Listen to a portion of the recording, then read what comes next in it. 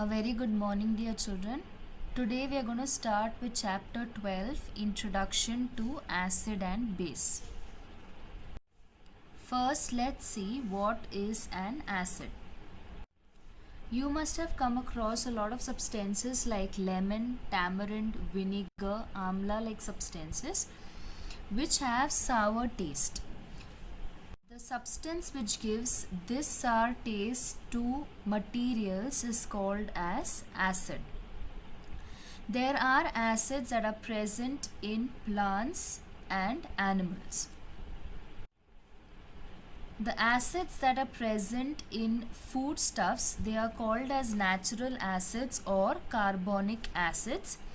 They are also called as weak acids because they are weak in nature. Let's look at the examples. Acetic acid is present in vinegar. Lemon and orange have citric acid. Tomato has oxalic acid. Grapes and tamarind have tartaric acid. Milk and curd have lactic acid and has formic acid. Apple has malic acid. It is not just plants and animals, but humans also have acids in them. Like for example, we have learnt about DNA, that is deoxyribonucleic acid. This is an acid that is present in our body which decides the hereditary property.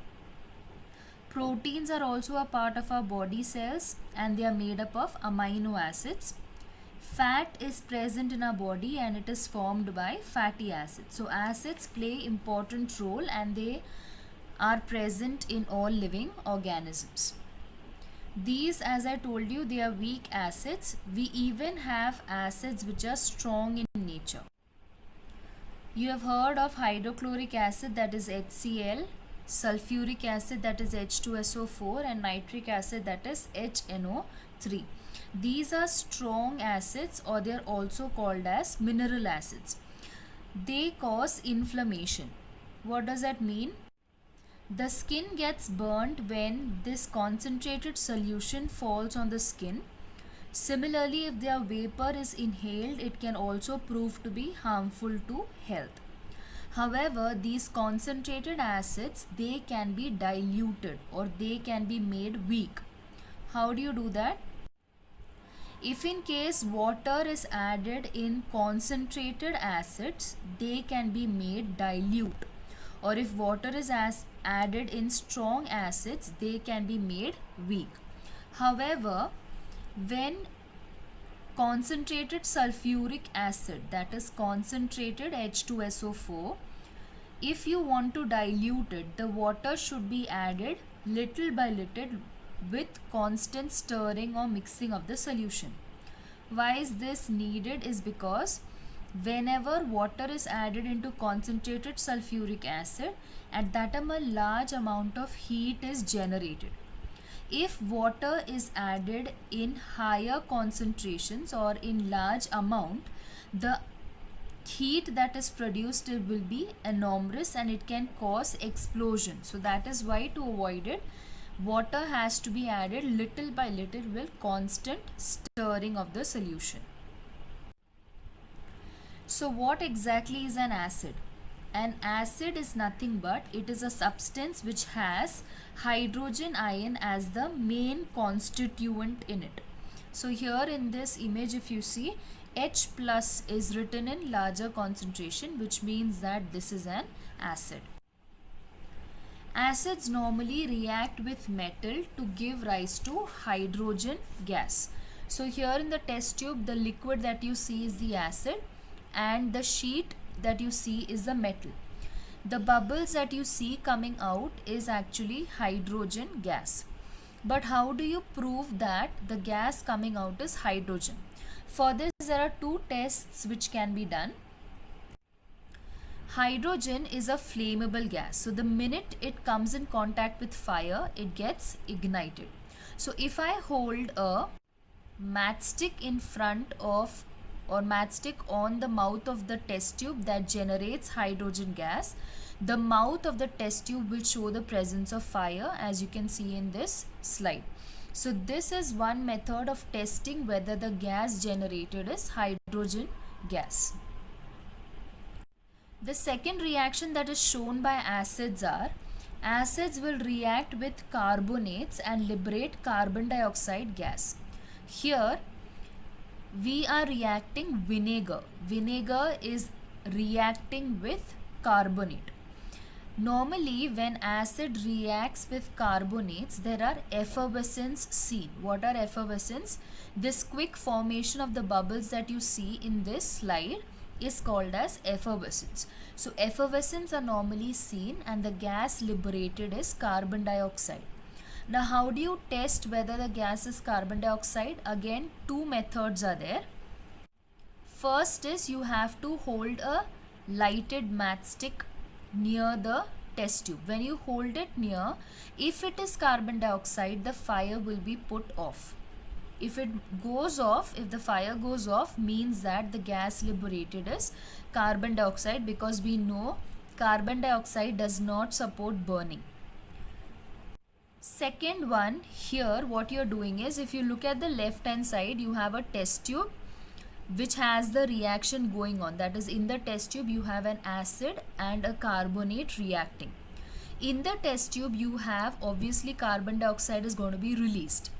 From that test tube you have a thin tube that connects onto another test tube onto the right hand side. On the right you have lime water, freshly prepared lime water we have. Now when the acid and the carbonate are reacting, the carbon dioxide gas that is formed passes through the thin tube and goes into the lime water. If you look at the lime water, you will see that it is turning milky, or it's becoming white in color. This shows that the gas that is formed is carbon dioxide. Okay. But why are we learning about acids? Because acids, as I already told you, they are present in plants, animals as well as humans. Other than that, acids are also used in a lot of places. It is used in the production of chemical fertilizers, it is used in making dyes, it is used in making paints, it is also used in medicines. In the previous chapters we have learned like acids have also been used in batteries. Acid, in the earlier classes we have learned, it is used for making paper from wood. So all these are uses of acids. Acids prove to be very useful to humans. Now coming to base. What is base? Now when we learned acids, I told you that acid is something that gives a sour taste to substances. So base obviously will be opposite to that. Base is the compound that gives bitter taste to substances. So the compound that gives bitter taste to substances is a base. Acids, when we learned, we saw that acids have H plus as the major constituent ion, and in bases you have hydroxide, that is the OH minus ion that you see is maximum in the base. So that is one way of characterizing the base. What are bases used for? Bases is also known as alkaline or alkali materials. One very important use of alkali is that in humans, in our stomach, we have hydrochloric acid that is present. We know that this acid helps in the digestion process. Many a times what happens is that this acid becomes so high in its concentration in the stomach that it leads to a situation called as acidity. To solve or to cure the acidity, we use antacids, which are solutions which we normally drink during acidity. These antacids have alkali in them. So alkali is a major component in antacids that are used to control hyperacidity or acidity. Other than that, it is used again in fertilizers. It's normally used to neutralize the acids. It is also a major component in soaps. Now, it is not always possible to taste a substance and to find out whether it's an acid or a base. That is why, to find out whether a substance is an acid or a base, it is very important to have indicators. You all know about litmus paper. What you see on the screen is a litmus paper. Litmus paper, it is used in the laboratories to test whether the substance given is an acid or a base. Litmus paper is produced from the lichen plant. There it has two colors. We have the blue litmus paper and we have the red litmus paper. When a blue litmus paper is put into or it's dipped into an acid, it turns into red. And similarly, when a red litmus paper is dipped into base, it turns blue in color. This change in the solution's color helps in determining whether it is an acid or a base. Litmus paper is solid. Similar to that, we have solution based indicators also. Here if you see, we have phenolphthalein. Phenolphthalein is a solution which indicates whether the substance given is an acid or a base. Phenolphthalein is colorless in solution. So this colorless solution, when comes in contact with an alkali or a base, becomes pink in color. So whenever any solution turns pink in the presence of phenolphthalein, it indicates that it is an alkali or a base. Methyl orange. Methyl orange, as its name itself suggests, it's orange in color. But when it comes in contact with acid, it becomes pink, and when it comes in contact with alkali, it becomes yellow. So if it turns yellow in a solution, means that it is a base or an alkali, and if it becomes pink, it means that the solution is acid. The acidity or the basicity of a solution can be measured with the help of a scale. This scale is called as the pH scale. Any solution which has a value of 6 or below, that is 6, 5, 4, 3, 2, 1, are acidic solutions, and any solution which has a pH from 8 and above, that is 8 to 14, is alkaline in solution. And any solution which has the pH of 7 is neutral.